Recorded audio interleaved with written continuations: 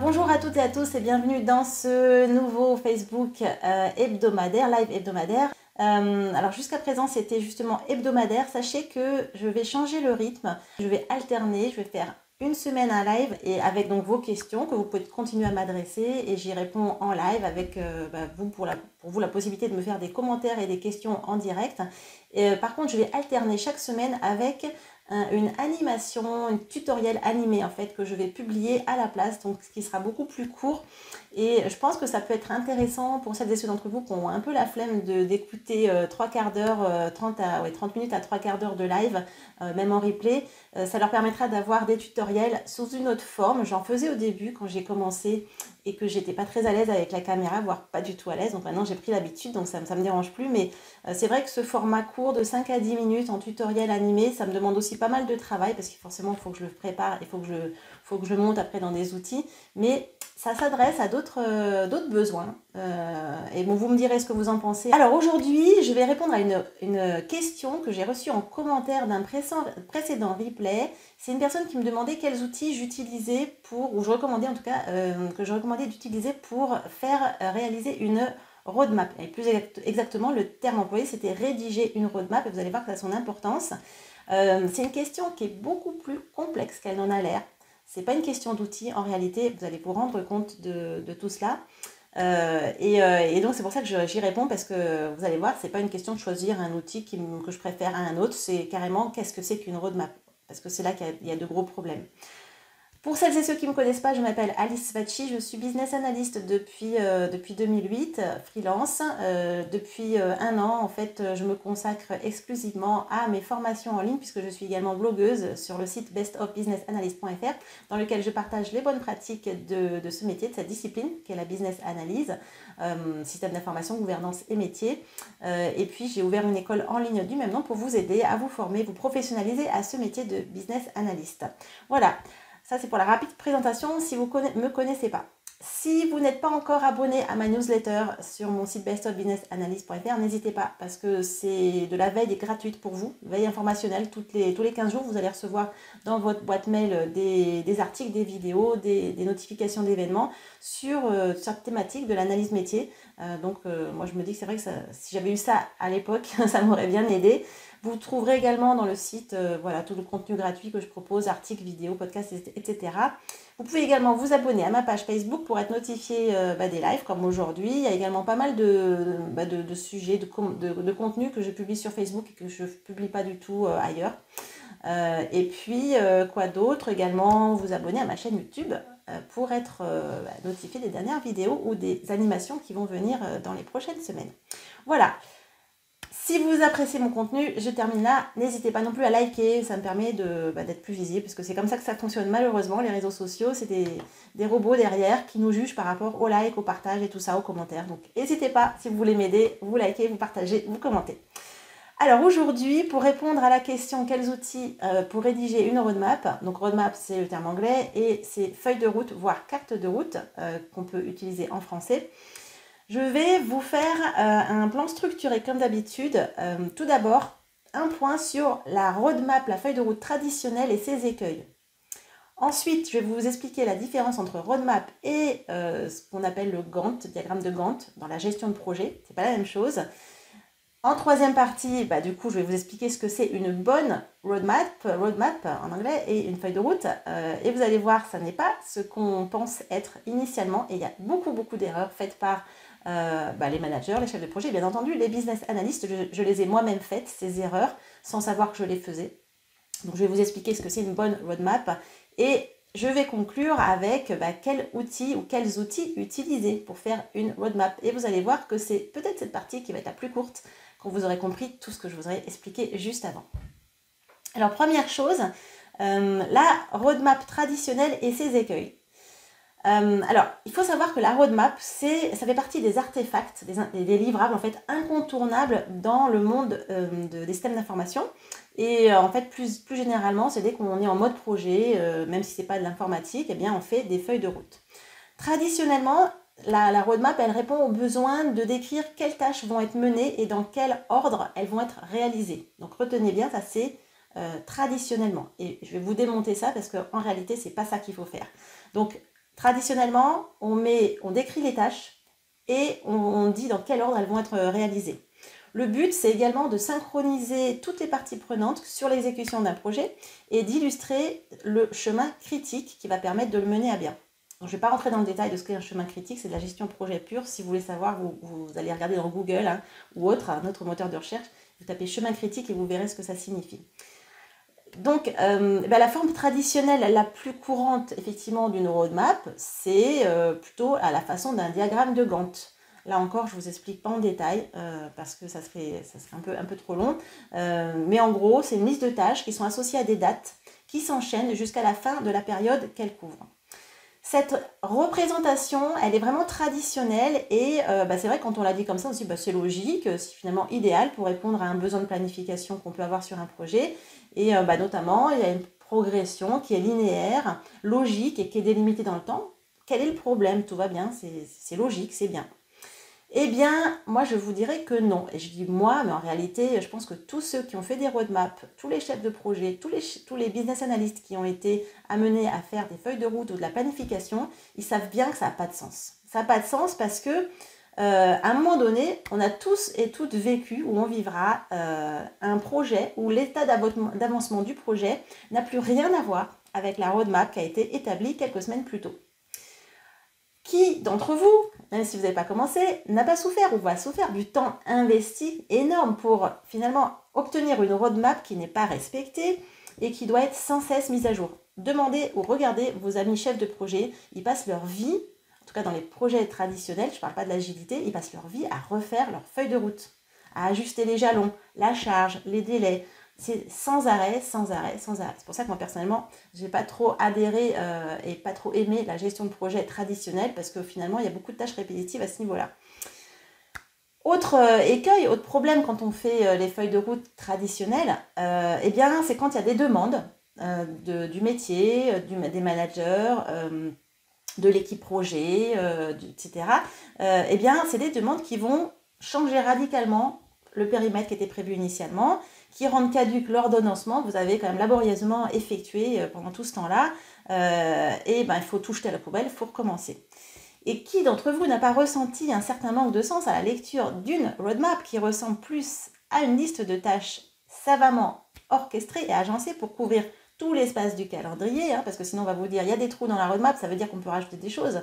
Mais non, ça a peut-être un sens, mais en tout cas, c'est comme ça qu'un chef de projet peut être amené à remplir sa feuille de route, sa planification pour répondre à ses besoins conscients ou inconscients. Et en réalité, en fait, on perd de vue tout simplement l'apport de valeur aux utilisateurs par rapport aux produits, à la solution informatique. Donc ça, encore une fois, je parle de la feuille de route traditionnelle sur les projets, cycle en V, en cascade, et donc tout ce qui n'est pas gestion de projet agile. Quoique, puisque les sprints, c'est aussi un sacré cadencement. Alors, aujourd'hui, on est donc le 27 mai 2021 et à l'heure où je fais ce live, on ne peut que constater que les champs ont changé parce que ça, c'était traditionnel. Mais désormais, le développement logiciel et produit va emprunter tout ou partie des méthodologies agiles et lean. J'en ai aussi pas mal parlé dans d'autres lives, donc renseignez-vous si ça vous est inconnu, tous ces termes-là. Également, on constate qu'il y a beaucoup de tâches maintenant qui sont industrialisées et automatisées. Donc, on n'est pas forcément obligé de mettre des ressources sur un certain temps dans un Gantt, puisque c'est fait par des machines. Donc, il y a la préparation de cette automatisation, quoique, il y a des outils parfois déjà faits. Mais voilà, ça a un petit peu changé la donne. Et donc, si on se contente de faire une roadmap à l'ancienne, on est sûr de se confronter à toutes les frustrations que je vous ai nommées juste avant. Donc ça, c'est un constat. D'où la deuxième partie, donc n'hésitez pas, je ne vous ai pas dit tout à l'heure, mettez vos questions si vous en avez pendant ce live. Le but c'est d'interagir avec vous, si vous avez des expériences à partager, si vous avez des questions liées à ce live, n'hésitez surtout pas à me les poser, encore une fois c'est l'objectif de ce direct. Donc je reviens à mes moutons, la deuxième partie de ce live, avant que je vous donne les outils que je recommande pour faire une roadmap, c'est de comprendre la différence entre une roadmap et une planification de projet. On appelle ce qu'on voit souvent dans les diagrammes de Gantt, G-A-N-T, pour celles et ceux qui ne connaissent pas. Donc là encore, Google est mon ami.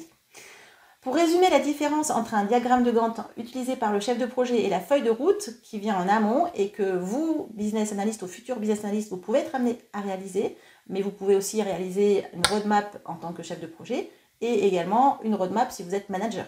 Mais voilà, tous ceux en fait qui font cette discipline d'analyse métier. Alors la différence, c'est que la finalité d'un projet, d'un trajet plutôt, est tracée par un Gantt. Donc finalité d'un trajet est tracée par un Gantt, diagramme de Gantt. Son objectif, c'est d'atteindre une destination souhaitée depuis le point où nous sommes aujourd'hui, avec des ressources prévues et dans les délais souhaités. Ça, c'est le Gantt. Donc j'ai les 3 piliers d'une gestion de projet, des ressources temporelles et humaines et matérielles. J'ai des délais donc, et j'ai des tâches. Donc ça, c'est un Gantt. La finalité par contre de la feuille de route n'est pas la même parce que son objectif, c'est de définir le chemin à prendre. Alors je vais vous expliquer un peu plus parce que forcément, je sais que dit comme ça, c'est pas plus clair. Le trajet en lui-même n'est pas le but recherché. Par contre, le chemin que nous empruntons, eh bien, il va révéler nos choix, nos partis pris, nos convictions sur la meilleure façon d'atteindre la ligne d'arrivée. Donc vous avez un projet, vous avez une ligne d'arrivée en tête et après, la manière dont on va y arriver, c'est ça la feuille de route. Une roadmap, elle doit donc mettre clairement en lumière l'objectif stratégique et métier, ainsi que le périmètre du projet, mais tout ça de manière très, très succincte. Le but, c'est pas de faire un document, c'est justement d'avoir en tête cette ligne d'arrivée, cet objectif stratégique et métier, et dans quel périmètre c'est contenu. L'erreur, c'est de détailler de manière très très très précise toute la planification des objectifs secondaires. En réalité, vous allez donc détailler de manière macroscopique les objectifs secondaires. Donc je parle bien d'objectifs, je ne parle pas de tâches. Vous allez détailler, effectivement, expliquer quelles sont leurs dates limites et leurs jalons intermédiaires. Mais comme il est impossible, et là tout le monde a constaté, il est impossible de prévoir avec précision ce qui sera à l'ordre du jour dans 6 mois, ça ne sert à rien de vouloir planifier très précisément vos objectifs à long terme. Donc je dirais jusqu'à 6 mois, vous pouvez planifier mensuellement au-delà de 6 mois et de manière un petit peu plus détaillée. Au-delà de 6 mois, de toute manière, ça va pas être, vous n'avez pas de boule de cristal, vous aurez plein d'aléas qui vont survenir, d'autant plus avec maintenant la notion d'agilité qu'on voit de partout. Et le fait qu'on accepte les demandes de changement au lieu de les refuser et de dire ça fera l'objet d'un avenant plus tard. Donc, retenez bien déjà ce laps de temps. Dans les 6 mois qui suivent la date d'aujourd'hui, vous êtes capable de planifier de manière macroscopique, mais plus le temps il va être lointain, et moins vous serez capable, et moins ça sert en fait de planifier de manière très, très pointue.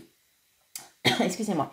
Je parle en plus d'objectifs, je ne parle pas de tâches. Donc, je vais arriver à ce sujet. Qu'est-ce que c'est finalement qu'une bonne roadmap? Ça, c'est la 3e partie. Donc, plutôt que de viser à établir une sorte de diagramme de Gantt, alors là, vous dites, je fais du Gantt, simplement, ça va être dans les 6 mois à peu près planifié, et après, on est plus vague. C'est pas ça non plus. C'est pas ça non plus. Il faut garder à l'esprit qu'une roadmap, elle devrait être un outil, tout d'abord, c'est pas une fin en soi. Sa finalité, c'est la trajectoire qu'elle illustre. La roadmap, elle n'existe que pour la stratégie qu'elle propose de mettre en œuvre. Donc encore une fois, stratégie, objectif, métier à avoir en tête. C'est une roadmap, c'est une représentation. Sa lisibilité, elle est essentielle pour communiquer efficacement la trajectoire concrète qu'elle propose. Elle doit donc permettre de se représenter facilement cette stratégie. Alors là, je me fais une petite parenthèse parce que dans la question qui m'a été posée, c'était quels sont les outils pour rédiger une bonne roadmap. Je vous ai dit que ce n'était pas forcément le bon terme. En réalité, le terme, c'est réaliser, voire représenter une roadmap. Donc là, la notion de représentation, elle est importante. Alors vous me dites, oui, dans un Gantt, c'est une représentation aussi, c'est linéaire, tout ça. C'est pas ça non plus, je vous expliquerai juste après. 3e facteur à garder à l'esprit pour une bonne roadmap, c'est qu'elle décrit une façon de faire. Sa valeur première, elle est de proposer une façon de réaliser une trajectoire parmi toutes les façons possibles. Il n'y a pas une seule manière d'arriver à cet objectif, à cette stratégie. Définir comment exécuter la stratégie, c'est donc le cœur de la proposition de valeur d'une roadmap. Donc retenez 3 autres points supplémentaires.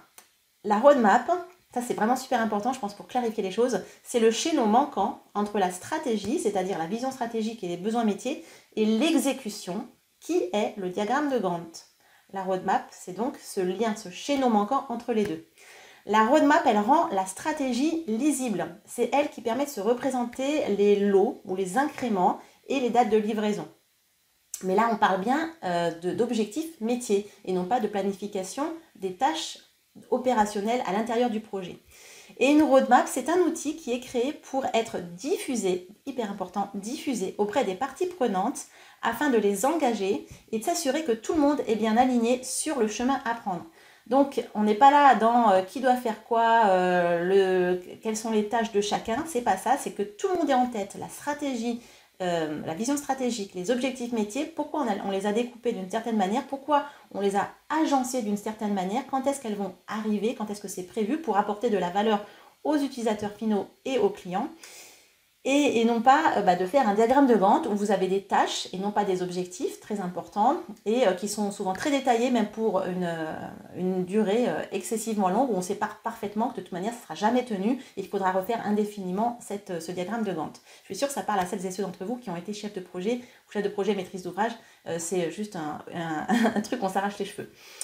Les éléments d'une bonne roadmap, à présent, quels sont-ils? Alors, première chose, vous devez identifier la stratégie et les objectifs métiers de ce qui va faire l'objet de votre feuille de route. Que ce soit le projet dans son ensemble, que ce soit un lot en particulier ou un ensemble de fonctionnalités qu'on va vous demander de concevoir ou les besoins à recueillir. Donc déjà, identifier la stratégie et les objectifs métiers. Ça veut dire, quelque part, vous aurez mis de manière très succincte, parce que ça va être sur la feuille de route, ça va être 3 lignes, hein, ça va être des bullet points. Hein.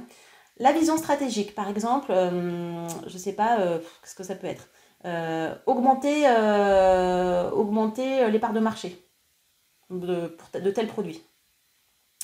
Ensuite, vous allez marquer l'objectif métier principal et les objectifs métiers secondaires de manière hyper succincte. Là, c'est pareil. Comment est-ce qu'on veut augmenter les parts de marché?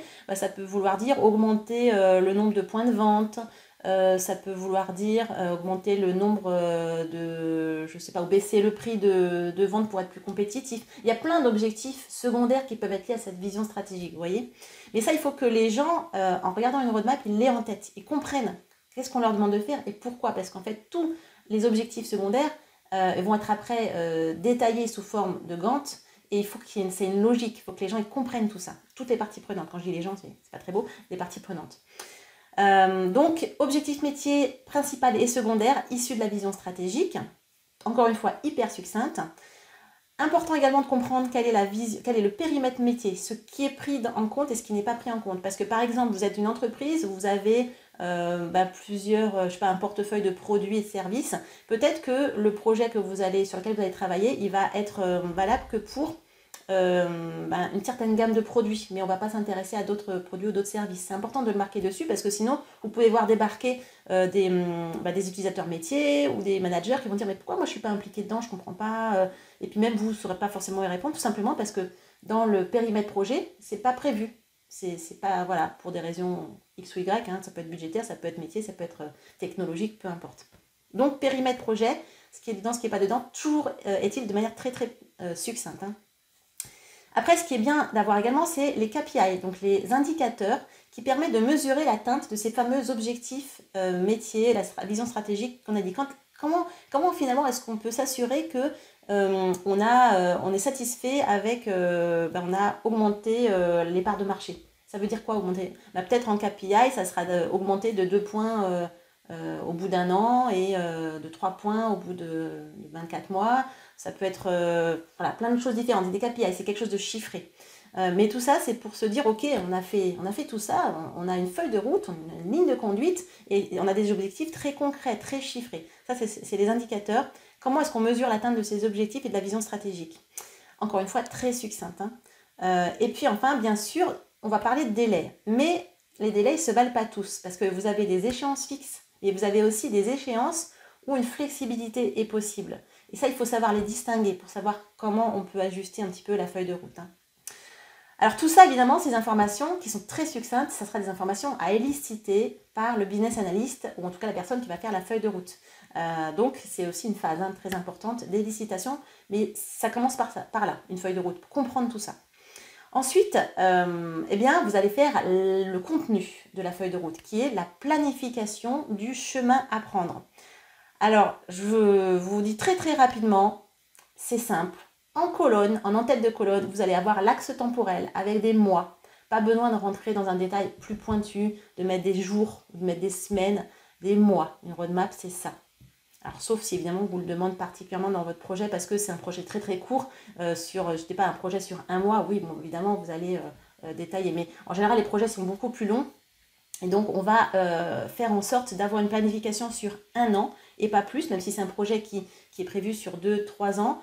Une roadmap, vous allez mettre sur un an, sachant que les 6 premiers mois, ça sera plus détaillé, plus fiable que les 6 mois suivants, où de toute manière, on se donne le droit et même on s'oblige à refaire une feuille de route régulièrement pour aligner forcément ce qui n'était pas sûr à l'instant T où on faisait la première roadmap. Donc en en-tête de colonne, l'axe temporel, en général les mois.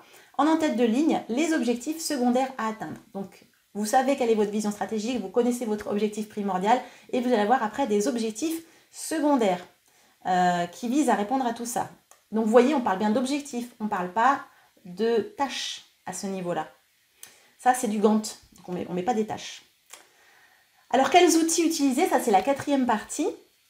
Alors, vous comprenez bien que si on utilise les outils classiques de gestion de projet, Gantt, pour ne pas le nommer, ou les WBS, Work Breakdown Structure, c'est déconseillé parce que, alors finalement, on peut les tordre, on peut faire une roadmap à l'aide de ces outils.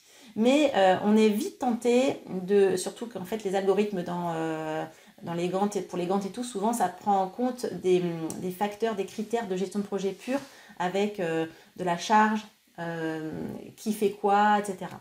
Donc, outils classiques de gestion de projet avec Gantt et WBS pour le Work Breakdown Structure, donc détail des tâches, ils sont déconseillés, ils sont trop lourds, ils ne sont pas adaptés aux besoins actuels, pas adaptés à cette roadmap dont je vous ai expliqué les bonnes pratiques, et parce qu'ils sont trop focalisés sur cette notion de tâche et non d'objectif et de charge, au lieu d'être centrés sur la stratégie métier.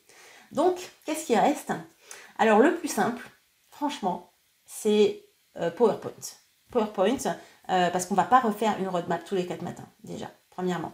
On peut la faire tous les 4 matins, mais on ne va pas le refaire avec un détail de charge, un détail de budget, etc., comme dans les Gantt, en fait. Hein. Donc, PowerPoint, je trouve ça très bien.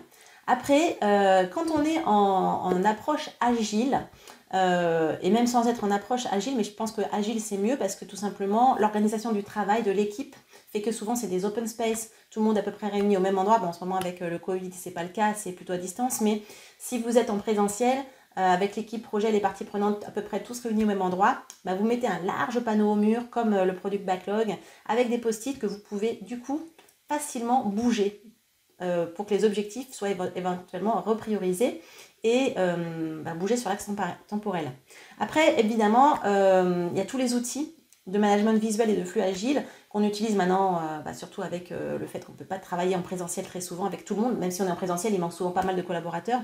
Donc vous pouvez utiliser les fameux outils que tout le monde connaît en agilité, Jira, Asana, qui ont, il y en a d'autres, hein, mais je vous laisserai franchement regarder sur Internet, parce que il y en a plein, ça change tout le temps, ou ceux qui n'avaient pas avant ces fonctionnalités de feuille de route, de roadmap, ils en ont maintenant.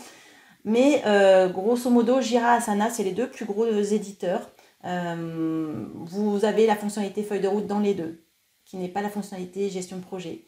Et donc là, c'est vraiment des outils que vous pouvez utiliser. Ça ne sert à rien d'imaginer des outils très très compliqués, c'est les plus connus. Maintenant, je serais vraiment curieuse de savoir quels sont les outils que vous utilisez pour faire des feuilles de route, parce qu'il n'y a pas que ces deux gros éditeurs, il y en a d'autres, donc n'hésitez pas à les mettre dans le chat ou en commentaire si vous êtes sur YouTube, ça m'intéresserait fortement. Donc vous voyez cette partie-là, quels outils utiliser, elle est super rapide, parce qu'il faut d'abord comprendre tout le reste, avant de se dire, c'est simple, je prends un outil de gestion de projet, c'est pas la même chose. Voilà, donc j'ai fini avec ce live. Je vais me tourner vers vos questions, si vous en avez, questions et commentaires. Et je vais y répondre si j'en suis capable aujourd'hui. Alors, bonjour Anne-Sophie, bonjour Adeline. Alors Adeline, tu me dis finalement, n'intègre-t-on pas une notion de feuille de route ou de planning quand on découpe, éclate les tâches du projet par lot? Oui, mais attention, parce que quand tu es chef de projet, tu vas réfléchir à livraison de tes blocs, de tes incréments. Tu vas être et puis après tu vas découper après tes lots en tâches qui fait quoi. Mais oui, sinon pour te répondre, c'est ça, c'est des incréments, des lots, ça devrait devrait théoriquement être rattaché à la notion d'objectif métier. C'est exactement ça. Donc oui, si c'est bien fait, si c'est bien fait. Alors, tu me dis, Laïd, le lien entre Gantt et Roadmap n'est pas très clair. Ah, ok, c'est dommage, parce que j'ai essayé d'être claire. Alors, un Gantt, avec 2 T à la fin, c'est également un axe temporel, en colonne. Par contre, en axe, en colonne, vous allez penser aux tâches. Par exemple, si tu te mets en... Alors, il faut que j'essaie de trouver des exemples. Objectif, donc augmenter son nombre de ventes. Donc c'est une entreprise commerciale qui veut augmenter ses ventes. Ça c'est sa stratégie et après elle va faire des KPI. Augmenter, ça veut dire de combien? De 5% pour la première année. Comment est-ce qu'on mesure qu'on augmente ses ventes? Voilà, on va donner les KPI. Après, les objectifs secondaires, ça va être quoi? Ça va être par exemple créer un site internet. Ça c'est l'objectif principal. Objectif principal, créer un site internet de boutique en ligne. Parce que, encore une fois, augmenter ses ventes, ça peut être de plein de manières différentes. Pas que le site internet, ça peut être des boutiques en présentiel, ça peut être avoir plus de produits à vendre, ça peut être augmenter le prix unitaire, etc. Donc là, objectif principal, pour suivre cette stratégie, ça serait créer un site internet de boutique en ligne. Ok. Ensuite, les objectifs secondaires de cet objectif principal, ça serait... avoir un catalogue de produits, de tous les produits de la gamme machin. Donc ça, pouvoir les consulter en ligne, proposer le catalogue en ligne, parce qu'il y a des boutiques où vous ne pouvez pas acheter. Vous pouvez voir le catalogue, vous pouvez... voilà. Après, vous devez aller en boutique en ligne, quoi. Donc là, c'est pas systématique. Donc là, ça serait par exemple, premier lot, mettre en place le catalogue produit. Donc ça serait un lot, effectivement, si après, dans le découpage projet du Gantt, on pense sous forme de lot. Ça serait objectif numéro 1. Objectif numéro 2, ça serait justement permettre la vente en ligne, permettre l'achat en ligne. Troisième objectif, ça pourrait être permettre aux vendeurs, si vous êtes une marketplace par exemple, permettre aux vendeurs de mettre à jour eux-mêmes tout leur catalogue, voilà. Ça peut être, franchement là c'est compliqué d'inventer des cas d'utilisation, mais ça c'est les objectifs secondaires. Et ces objectifs secondaires, par exemple, le premier objectif, ça serait d'avoir un catalogue disponible en ligne. On peut se dire que c'est l'objectif que dans votre feuille de route, vous allez positionner en premier temporellement, parce que si ça ne s'est pas fait, vous ne pouvez pas après faire le deuxième objectif qui est de pouvoir les vendre, ces produits. Donc en fait, dans votre axe temporel, vous allez peut-être dire, dans les 6 premiers mois, je vais monter mon catalogue en ligne. Ce qui peut tout à fait être après sous-découpé en tâches. En tâches, ça pourrait être d'obtenir la liste des produits, les photos des produits, la description de telle ou telle manière, une synthèse sur 3 lignes. Enfin, il y a plein d'éléments que vous allez pouvoir récupérer. Et croyez-moi, c'est pas simple du tout de récupérer toutes ces informations-là. Donc ça serait les tâches que vous pouvez avoir à l'intérieur. Mais après, comment faire? Quand vous avez la tâche, mettre une fiche produit en ligne. Donc là, vous voyez, on est rentré dans un niveau de granularité. Mettre une fiche produit en ligne. Et là, vous allez rentrer dans votre Gantt en disant, ça veut dire quoi? Ça veut dire créer un modèle, dans le site internet, un modèle de fiche de produit. Ça peut être encore créer les fonctionnalités d'ajout manuel de la photo, ou import de la photo. Et en fait là on a toutes les tâches qui sont aussi, alors moi je parle sous forme de fonctionnalité, donc c'est pas top non plus, mais les tâches pour un chef de projet, ça serait alors du coup analyse des besoins, identification des écarts, faire les spécifications fonctionnelles détaillées, faire l'architecture logicielle. Voilà, du coup, on peut retomber sur des tâches qu'on retrouve en gestion de projet. Mais je ne sais pas si je me suis bien exprimée, mais c'est vraiment différent entre l'objectif qui est d'augmenter, donc l'objectif stratégique qui est d'augmenter les ventes, validé par un KPI, un indicateur qui est de dire je suis content quand j'ai plus 5% la première année, plus 10% la deuxième année, qui est validé par des objectifs principaux, donc créer un site internet de e-boutique en ligne. Et les objectifs secondaires qui seront en dessous, d'avoir le catalogue disponible en ligne. Donc il faut avoir le site internet, il faut avoir les outils, il faut avoir toutes les fiches produits en ligne, mais ça ne veut pas dire qu'on peut les acheter. Et après, deuxième objectif qui serait de pouvoir créer la e-boutique en ligne. Ça peut être aussi de faire toute la notion aussi logistique de livraison, de choisir son mode de livraison. Ça peut être aussi recevoir virtuellement, parce qu'on peut imaginer que c'est des produits digitaux, ça peut être des livres en PDF ou en e-book, etc. Enfin, vous voyez, il y a plein d'objectifs secondaires et c'est ça qu'on va voir dans la roadmap, parce qu'on a la finalité, c'est la stratégie, la vision stratégique, le besoin métier, ce qu'on va apporter. Et donc, dans quel ordre on va pouvoir mettre en place ça. Si vous dites à vos vendeurs dans les boutiques en ligne ou à vos clients, vous aurez fin d'année le catalogue qui sera disponible en ligne, et comme ça vous pourrez choisir avant d'aller en boutique et vous faire une idée de ce que sont les produits qu'on vend. Ils sont déjà super contents, et peut-être que vous n'allez pas leur dire vous pourrez tout acheter en ligne la première année, mais au bout d'un an, enfin, vous n'allez peut-être pas communiquer sur ce terme-là, mais vous voyez ce que je veux dire. Gantt, donc ça c'est la gestion de projet pure, c'est quels sont les modes, les tâches opérationnelles que vous allez réaliser dans le projet, qui vont être réalisées par qui? Par le développeur, le business analyst, l'architecte, l'intégrateur, l'administrateur de base de données, tous ces acteurs-là d'un projet informatique.